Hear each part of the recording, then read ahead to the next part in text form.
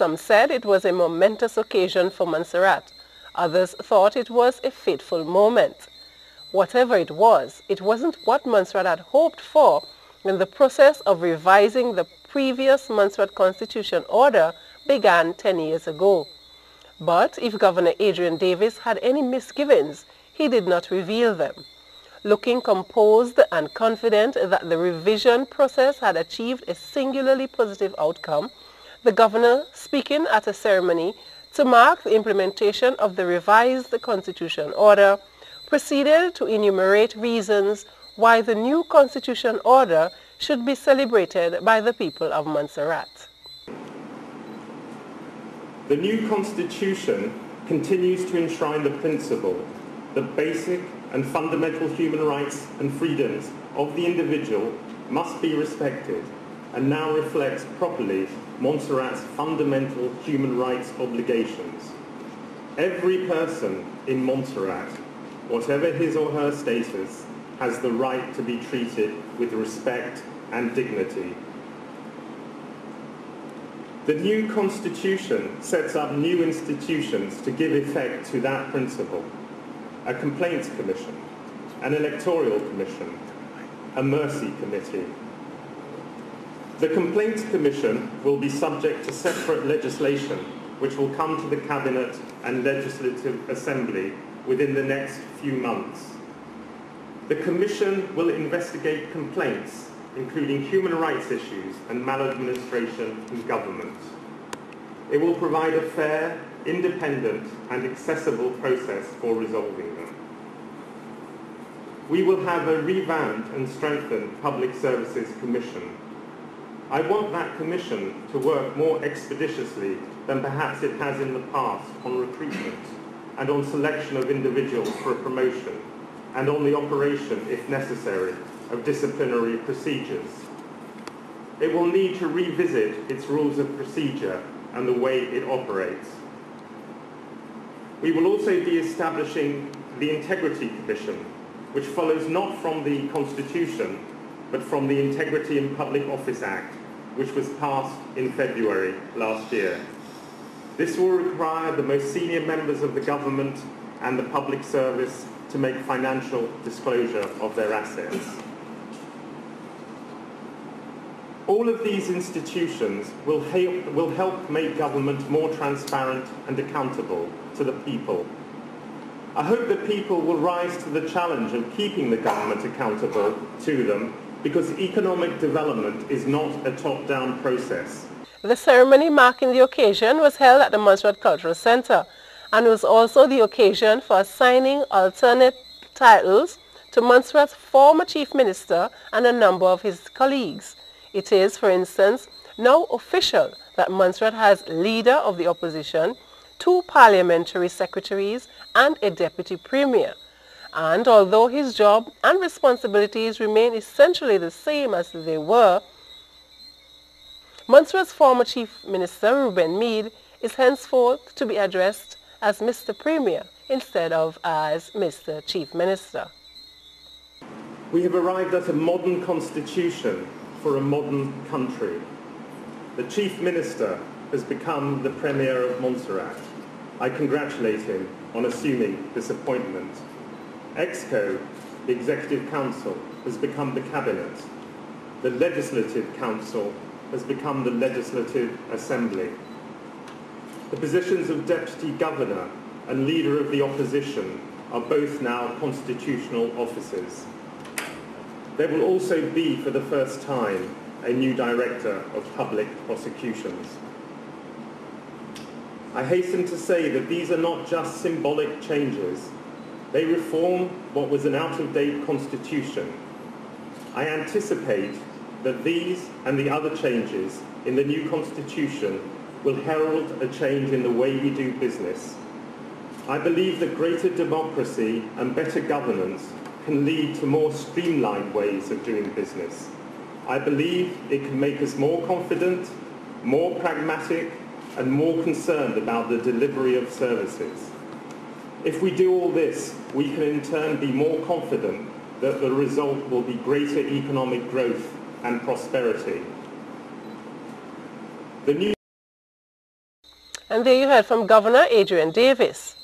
His short speech completed, the time had come to administer the oath of office to Montserrat's first Premier.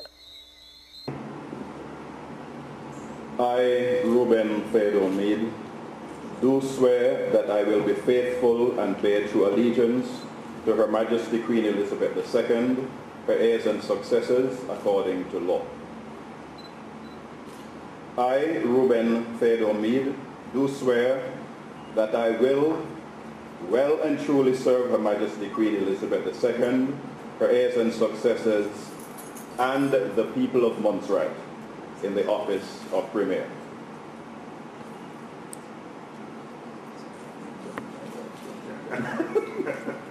Looking fresh and reasonably composed, there was nevertheless a hint that the former Chief Minister would have been more comfortable with the proceedings if the change in his status on this day of days was to have more to do with his duties and ultimate responsibility for governance than with his job title. But the Premier held his own and with dignity admitted that Montserrat's constitutional journey, though a long one to date, would not be complete until the final achievement of constitutional self-determination. Clearly, the Premier had not lost sight of the fact that Montserrat had entered the constitutional revision process as a British colony and had reached the end of the process as a British colony. He was therefore hopeful that in terminating the process with Britain's complete support, he would now be in a position to more quickly make gains with stifling economic conditions that have shown no consistent sign of being relieved. But I dare say the walk has been a long one. Whereas we have reached this particular milestone, we still have a long way to go on this journey. It is my hope that those who will lead the walk in the future will continue on the path to sustainable development and the eventual milestone of self-determination. Many of our forebears were brought here as slaves. Many of them sacrificed their lives in their quest for their and our freedom. Since emancipation, our forebears have toiled to build this island amidst all of the challenges. But through the grace of God, continued commitment and hard work, we will get there. And there you heard from Montserrat's first Premier, the Honourable Reuben T. Meade. But although Premier Meade did indicate that Montserrat would pursue the path to self-determination, it was by no means clear that in prematurely terminating the constitutional debate, he may not have managed to imprison Montserrat in a state of perpetual colonialism. Governor Davis, for his part, in expressing the will of his superiors, seemed to leave little room for revisiting the constitutional options open to Montserrat anytime soon. And while there may be those who are comfortable with the colonial status, the governor acknowledged that there are others who aren't. When and how the issue will be democratically decided was left open by the Premier. But from the governor, one had the distinct impression that the constitutional discussion has been permanently closed. Now, I know that despite the length of the process for consultation, not everyone is happy with the Constitution. But the essence of negotiation is that it involves compromise on both sides and give and take. The Constitution is a result of that compromise, and I believe it represents a good compromise for both Montserrat and the UK. In this context, there has been talk from the new leader of the opposition and the former Chief Minister, Dr. Lewis, about amendment of the Constitution. I should be clear that there is no support for this in the UK. This Constitution is the result of many years of hard work and of negotiations in which both the Honourable Mr. Romeo and Dr. Lewis were engaged.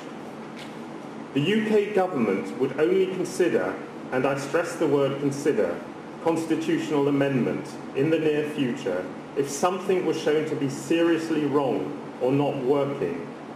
Otherwise, this is the instrument that will govern Montserrat's constitutional relationship for the United Kingdom for the foreseeable future, and which we all hope will support a stable and democratic community.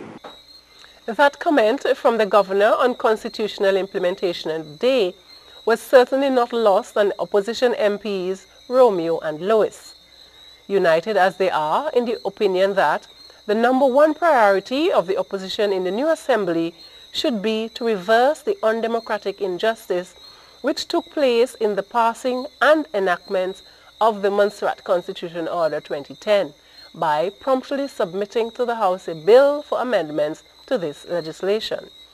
The former Chief Minister has already committed himself to preparing such legislation. The question then that may well decide the rate of progress to self-determination is whether he will manage to attract the support of the people of Montserrat.